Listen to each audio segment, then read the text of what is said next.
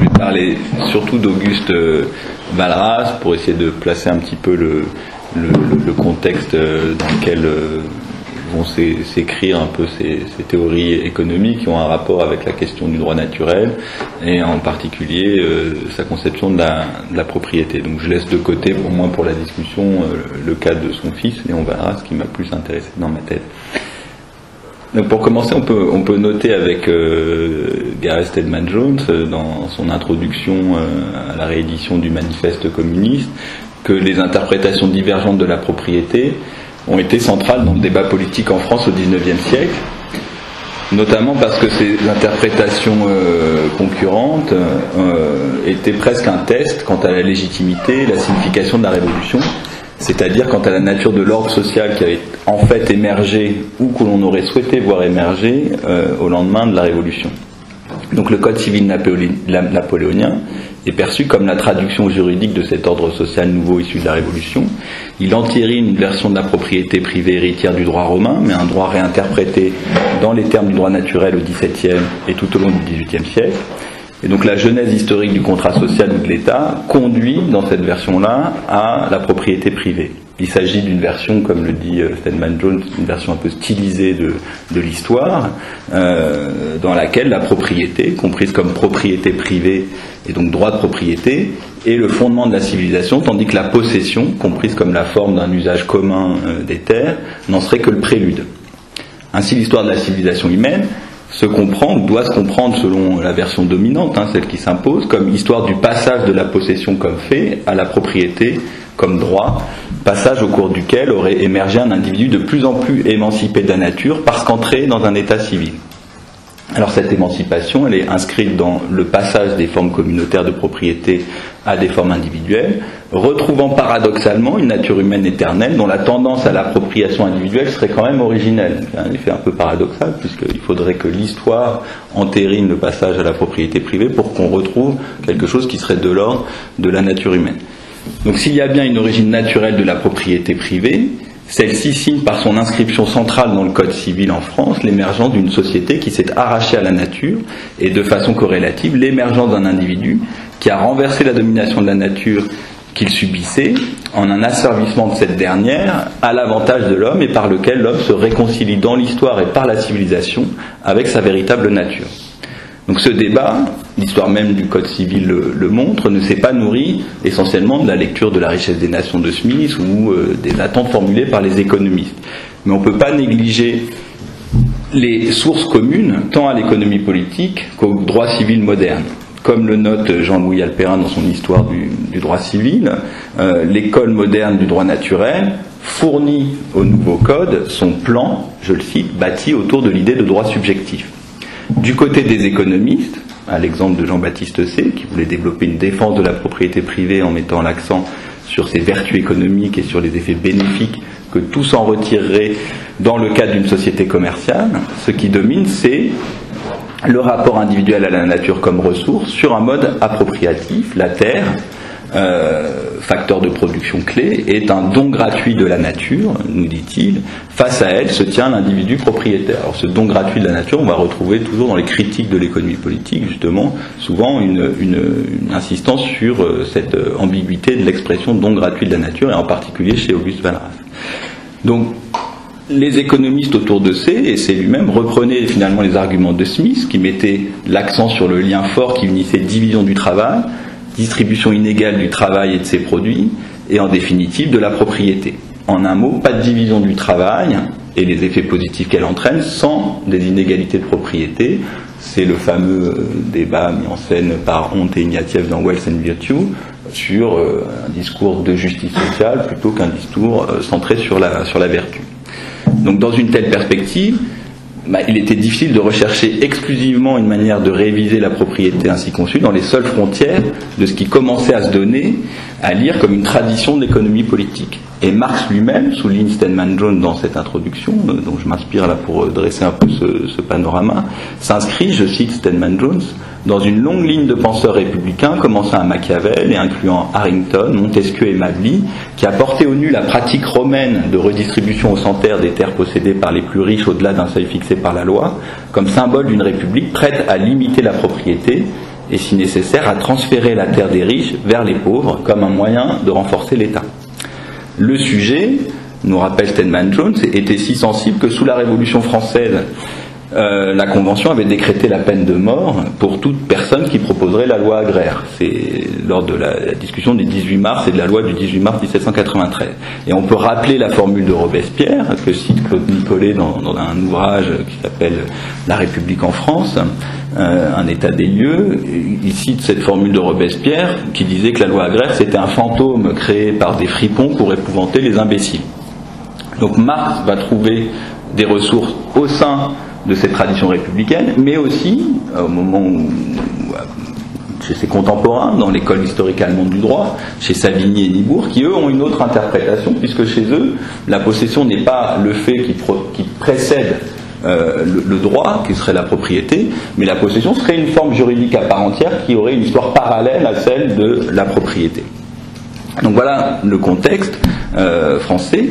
Donc ce contexte d'une évolution du droit privé organisé autour de la propriété privée, mais aussi de l'émergence d'une économie politique qui entérine ce récit à partir de ses propres ressources, une conception stadiale de l'histoire qui est compatible avec l'histoire de l'apparition des formes de propriété, mais aussi à partir d'une justification de la propriété privée par ses effets. Alors c'est pas le même registre de justification, mais ça revient à valoriser la propriété privée. Tout cela explique en grande partie pourquoi les deux cibles du socialisme entre guillemets naissant furent aussi bien le code civil, il suffit de penser à qu'est-ce que la propriété de Proudhon, que l'économie politique en voie d'institutionnalisation. Ça va être les deux grands axes d'attaque. Mais on pourrait se dire que les républicains ne sont pas forcément socialistes, et si on s'en tient à une tradition républicaine, peut-être trop figée, il semblerait même que cette dernière aurait plutôt plus montré accueillante à un récit qui valorise la propriété privée, puisque traditionnellement la propriété privée est un marqueur du statut de citoyen et de l'inscription de ce citoyen dans la République. Et pourtant ce ne fut pas le cas. Dans les années 1830, une dimension inclusive vis-à-vis des ouvriers notamment se développe dans les milieux républicains, notamment sous l'effet des premières révoltes des Canuts-Lyonnais en novembre 31. En décembre 31, un long article de Jean Reynaud, saint-simonien, qui passe au républicanisme plus offensif à cette période-là, dans une revue qui s'appelle la Revue encyclopédique, explique les raisons de la rupture avec le saint-simonisme officiel. D'abord, première raison, dit-il, le sentiment que la doctrine, sous la direction d'Enfantin, donc qui était un des héritiers de Saint-Simon qui avait pris la tête de l'école, s'est figée en une caricature de religion, une religion fortement hiérarchisée et soumise à un enseignement dogmatique, peu propice à la découverte de nouvelles vérités. Mais aussi, et c'est plus important pour notre mise en contexte, il reproche aux Saint-Simoniens de ne pas avoir été aux côtés des ouvriers lyonnais, en tout cas de ne pas s'être manifestés comme solidaires de ce mouvement de révolte ouvrière. Un autre article dans la même revue de Paul Mathieu Laurent signale aux républicains qu'il y a nécessité désormais à intégrer dans leur programme les revendications ouvrières. Et Maurizio Gribaudy, dans son ouvrage paru récemment, en 2015, Paris, ville ouvrière, cite cet article et il dit que c'est le premier à dire très clairement, je le cite, à quel point les événements de Lyon constituent une rupture avec la vision de la majorité républicaine. Donc, la question que posent ces deux auteurs, enfin je les prends juste à titre illustratif, mais il y en aurait d'autres, c'est finalement l'idée que le travail c'est bien le cœur de la question sociale, mais il y a des soubassements philosophiques, si l'on en croit Reynaud et Paul Laurent Mathieu à cette question, qui méritent d'être interrogés. Quels sont les fondements de la société, sinon des dispositifs pratiques et juridiques d'appartenance à un même ensemble auquel tout un chacun pourrait ou devrait pouvoir s'identifier? La religion et le travail, dans cet ordre, résument la question sociale, la question de l'inclusion et du lien doit être abordée prioritairement du fait d'un état présent de la société qui exclut les travailleurs. Il s'agit aussi de faire des travailleurs des citoyens. Donc ça fait bouger le républicanisme. Mais comment voir émerger une religion nouvelle et un travail émancipé dans un univers où la propriété, telle qu'instituée, divise les hommes plus qu'elle ne les rassemble ou qu'elle ne leur assure une place dans la société?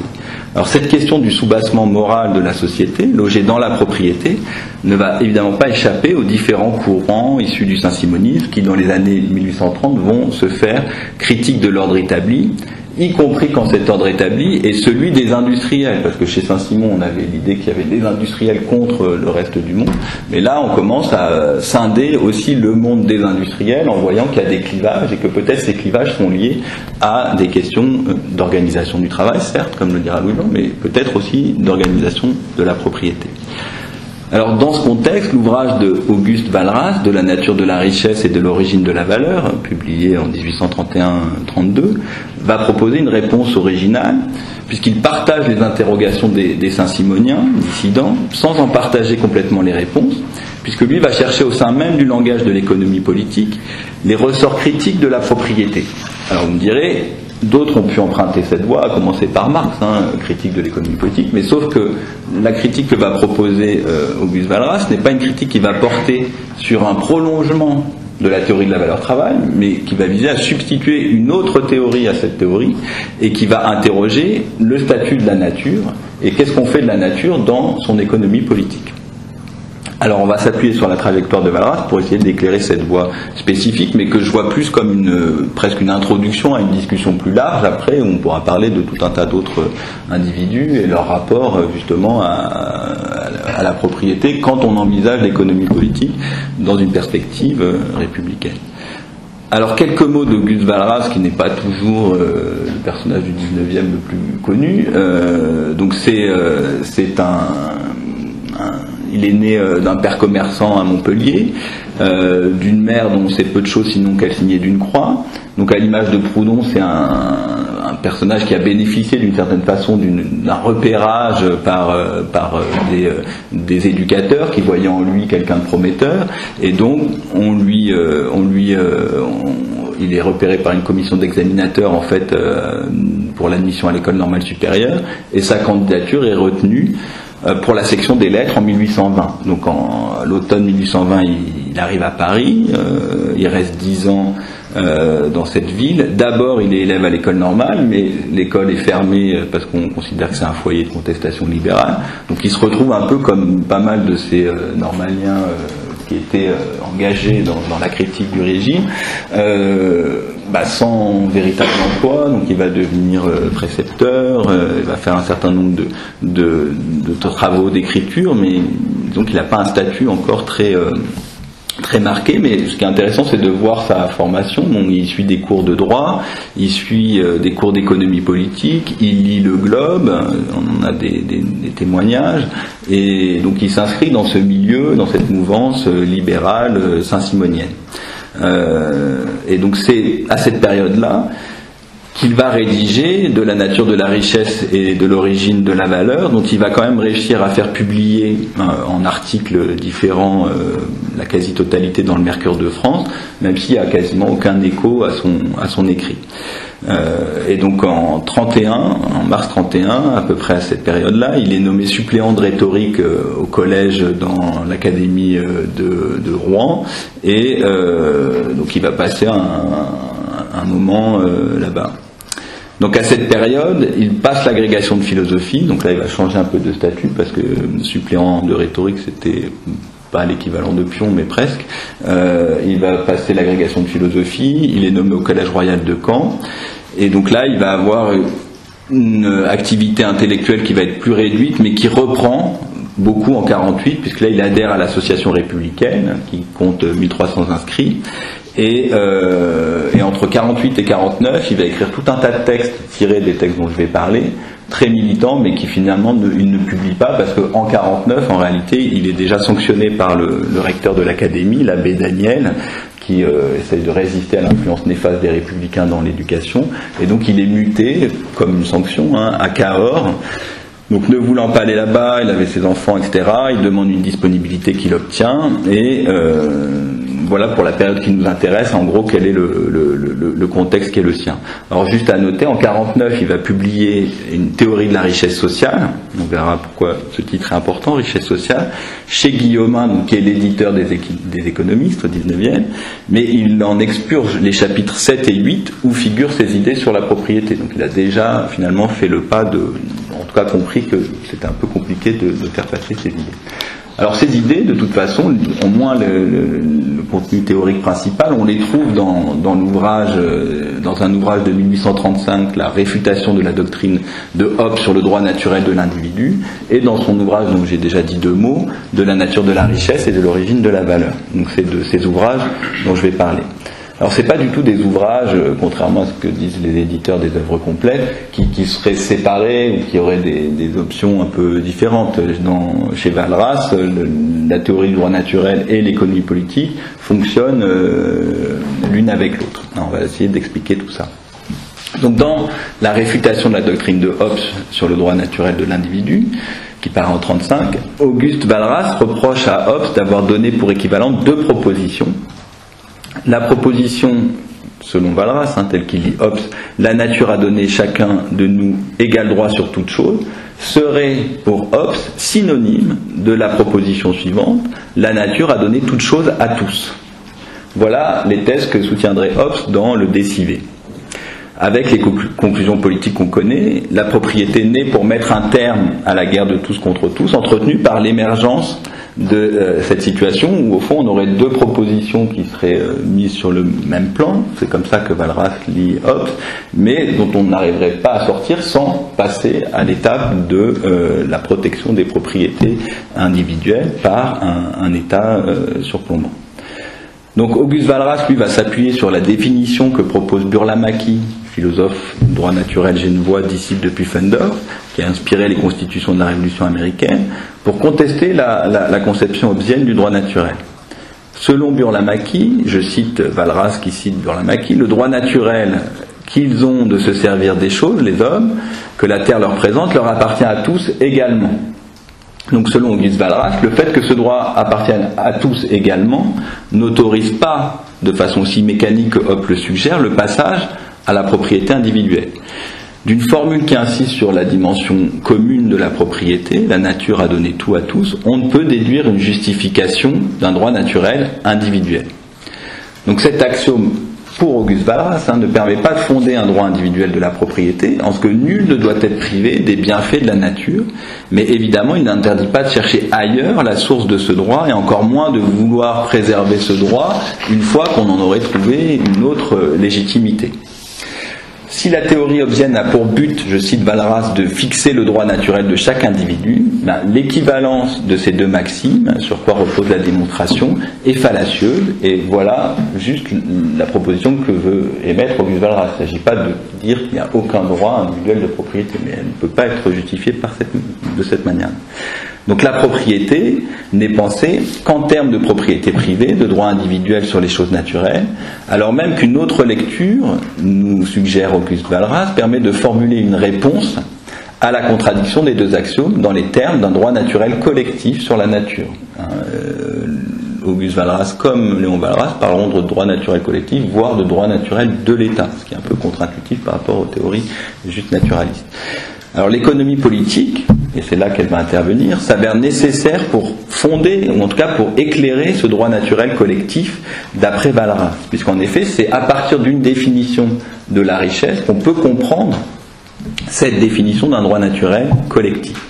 Selon Walras, et ses disciples ont prolongé l'erreur de Hobbes en justifiant l'appropriation individuelle de la nature au nom d'une nature qui se donnerait gratuitement à l'homme. Alors il y avait là sans doute une tentative d'articuler la nature a donné chacun de nous égal droit sur toute chose et la proposition qui dit la nature a donné toute chose à tous, mais seulement à partir d'une justification par les effets de la propriété et au prix d'une entorse, d'après Walras toujours, à la rigueur scientifique de la définition de la valeur. D'où l'importance d'aller voir le premier ouvrage que je citais tout à l'heure, et on va le faire très rapidement, de la nature de la richesse et de l'origine de la valeur. Puisque c'est là qu'on va trouver la bonne définition de la valeur qui nous permet de clarifier cette confusion sur le droit naturel. Alors, autant le dire tout de suite, pour Auguste Walras, c'est à partir d'une théorie de la richesse, je le cite, qu'on peut déduire ensuite la théorie de la propriété. Donc il faut d'abord la théorie de la richesse et ensuite on peut déduire la théorie de la propriété. Dans le chapitre 3 de l'ouvrage, Auguste Walras se démarque ainsi de la définition de la richesse comme utilité simple que l'on trouve dans le traité d'économie politique de Jean-Baptiste C. Ce qui fonde la valeur, nous dit-il, ce n'est pas l'utilité seule, mais l'utilité associée à la rareté. Ainsi, la source de toute richesse réside, je le cite, dans la limitation de certaines choses utiles, dans la rareté de certains biens. La nature peut être une richesse, du coup, en tant qu'elle entre dans cette définition de choses utiles et rares. Étant une richesse, elle n'est pas gratuite, et elle devient, du coup, richesse sociale. Et il convient de déterminer si elle peut faire l'objet d'une appropriation individuelle, à quel titre et jusqu'à quel point. La rareté invite donc à considérer la question de la légitimité de la propriété ou des propriétés. On peut déduire d'elle, comme le disait Auguste Walras, une théorie de la propriété. D'accord ? Et donc l'idée pour Auguste Walras, et il le fait dans les textes qui ne sont pas publiés, qu'il écrit pendant la Révolution de 48, c'est même de donner un nom, le nom que devrait avoir d'un point de vue juridique cette possession, c'est la communauté. La communauté, c'est le régime juridique qui doit être associé à ces biens qui sont des richesses, mais qui sont des richesses bien qu'elles ne soient pas produites. Il suffit d'être utile et rare pour être une richesse. Il ne faut pas avoir été produit. Donc cette théorie, cette définition de la valeur permet d'éclairer le droit naturel, nous dit Walras, et la distinction entre possession et propriété, sachant que la possession peut devenir autre chose qu'un fait qui précède le droit, mais un droit lui-même. Toute chose utile et rare peut être possédée en tant que richesse. Elle exige même de l'être. Nous dit en fait, c'est la richesse, l'utilité et rareté appellent le fait d'être possédé, mais pas forcément à titre individuel. Et l'économie politique elle-même se trouve en partie éclairée, puisque au fond, il ne s'agit pas juste de définir par les effets la valeur de la propriété privée. Il faut encore que ce soit compatible avec ce qui est pour Auguste Walras une théorie morale. Il faut que ce soit compatible avec un droit naturel collectif. C'est-à-dire qu'au fond, là c'est moi qui peut-être surinterprète, mais même si on avait une gestion commune de biens qui seraient essentiellement communs, et que cette gestion-là serait inefficace d'un point de vue économique, ou en tout cas aurait moins d'effets bénéfiques que ça le serait s'il y avait une propriété privée, pour Auguste Walras, il n'en reste pas moins qu'on n'a pas le droit naturel d'avoir un autre rapport propriétaire à ces biens-là. Donc la propriété, c'est un phénomène plus restreint que la possession. Elle se définit comme une possession exclusive et légitime en même temps. La possession exclusive, en tant qu'elle est conforme au droit ou à la loi, prend le nom de propriété. Et dans les textes de 48, il dit la possession en tant qu'elle est non exclusive ou commune en tant qu'elle est conforme au droit ou à la loi, prendrait le nom ou devrait prendre le nom de communauté. Donc la propriété, c'est la manifestation légitime d'une possession exclusive, mais rien ne dit que la possession doive être exclusive pour tous les biens, et au contraire, cette théorie de la valeur nous montre qu'on peut faire une cartographie des biens en fonction de ce qu'ils sont produits ou non, mais qu'ils entrent quand même dans la définition de la richesse sociale. Donc lorsque Jean-Baptiste Say suggère, je cite Jean-Baptiste Say que cite Walras, l'économie politique ne considère la propriété que comme le plus puissant des encouragements à la multiplication des richesses, Auguste Walras dit, là il pense l'économie politique directement dans le domaine, dans le monde de la production, comme s'il y avait un avant qui n'était pas pris en compte mais en cela il est tout à fait en accord avec l'économie politique classique. Et il y a même des justifications à cela. On trouve chez Ricardo de bonnes justifications pour écarter, Ricardo avait tout à fait conscience de l'idée qu'une utilité rare, on pouvait en trouver dans la nature, mais il explique pourquoi on peut écarter du schéma de l'économie politique générale ce type de biens. On en reparlera si vous voulez dans la discussion. Alors, Walras, lui, dit qu'il y a des richesses dont rien ne peut justifier l'appropriation individuelle et dont l'organisation reste à déterminer, ce qu'il propose de faire dans les écrits non publiés. Donc à côté de l'organisation du travail, il y a ici un républicanisme qui plaide pour l'organisation de la propriété et qui suppose en fait une certaine définition de la nature comme richesse sociale. Auguste Walras s'engage sur ce terrain et il trouve une formule qui résume, qui synthétise, si vous voulez, ce modèle républicain qu'on retrouvera chez Léon Walras. Le travail est le patrimoine de l'individu, comme la terre cultivable ou la force végétative du sol est le patrimoine de l'espèce humaine. Voilà ce que permet de souligner une théorie de la valeur, nous dit-il, qui repose sur la rareté et non sur la simple utilité ou sur le seul travail. Donc il critique aussi bien une théorie de la valeur qui serait simplement associée à l'utilité et une théorie qui serait associée simplement au travail. L'erreur de C, selon Auguste Walras, c'est d'être parti d'une intuition juste, rechercher l'origine de la valeur, et la rechercher en particulier dans l'utilité, mais de l'avoir abandonnée dans l'organisation de la science qui place d'emblée l'économie sur le terrain de la production. Alors est-ce que c'est un effet de ce courant dans lequel C s'inscrivait, qu'on appelle l'industrialisme, sous la Restauration? Sans doute. Mais Walras, lui, a compris un pas supplémentaire. Dans les écrits de C, au moins dans la lecture qu'en propose Walras, si l'utilité est cause de la valeur, cette utilité n'est une richesse qu'en tant qu'elle est produite. Et c'est un problème.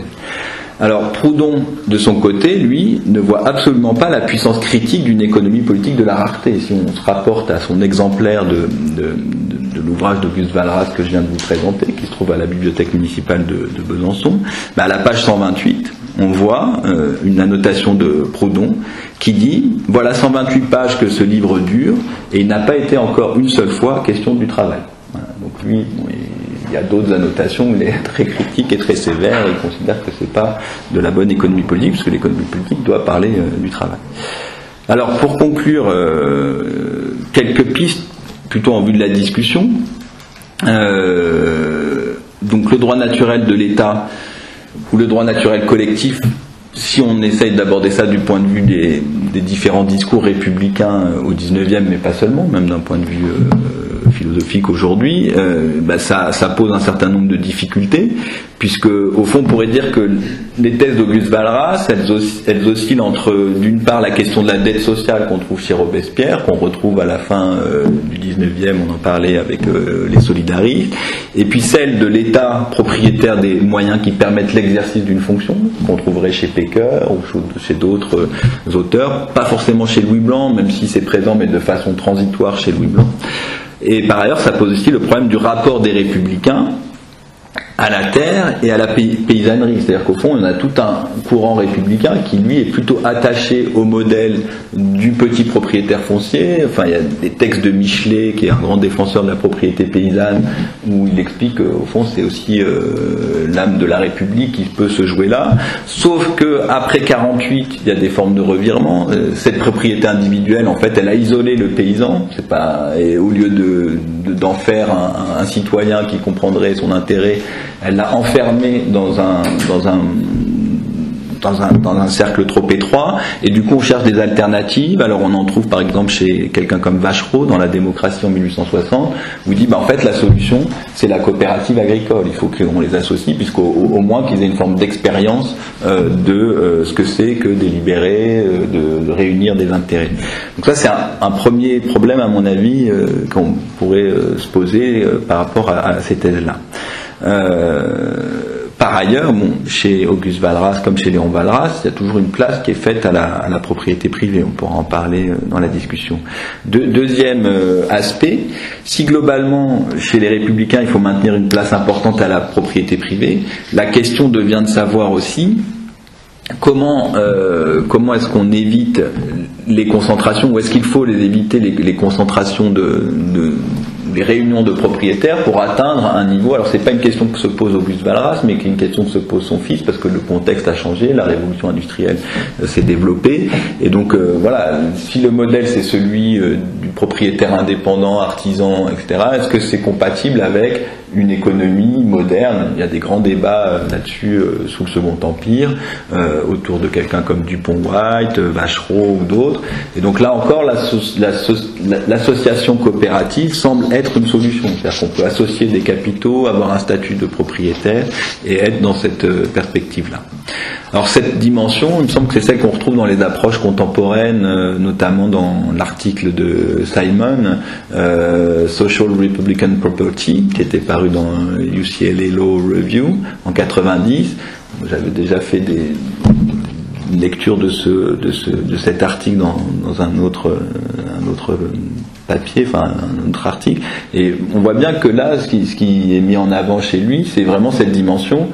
d'une association ou le modèle coopérativiste, au sens où être propriétaire en tant qu'associé, c'est ce qui nous met en relation avec autrui, et ça va peut-être être présent dans ton exposé, Pierre, et donc qui est aussi une forme d'apprentissage de la relation de citoyen à citoyen ou d'associé à associé.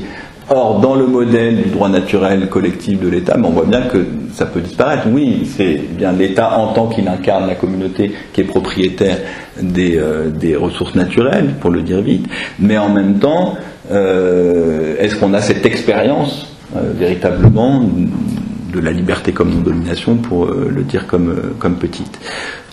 Tout cela, vous voyez, il y a des options assez éclatées, il n'y a pas forcément d'unité. Je termine dans 30 secondes. Finalement, on peut se demander si on ne devrait pas en arriver à la conclusion qui est celle de Claude Nicollet dans La République en France, état des lieux, dans un chapitre qui s'appelle justement République et société, où il dit au fond il n'y a pas d'économie républicaine, pas plus peut-être qu'une société républicaine, mais, je le cite, une politique économique et sociale républicaine. C'est-à-dire que l'intervention des pouvoirs par tous les moyens légaux à leur disposition est légitime et nécessaire.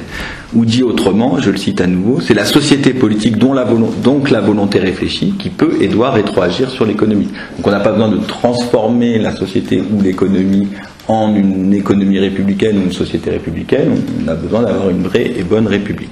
Alors est-ce que c'est suffisant? Est-ce que ça n'écarte pas trop rapidement la question du contrôle et de l'expérience de la non-domination plutôt que simplement la question de la relation? Ça je laisse de côté parce que c'est ce que Pierre peut-être va nous expliquer. Voilà. Merci de votre attention.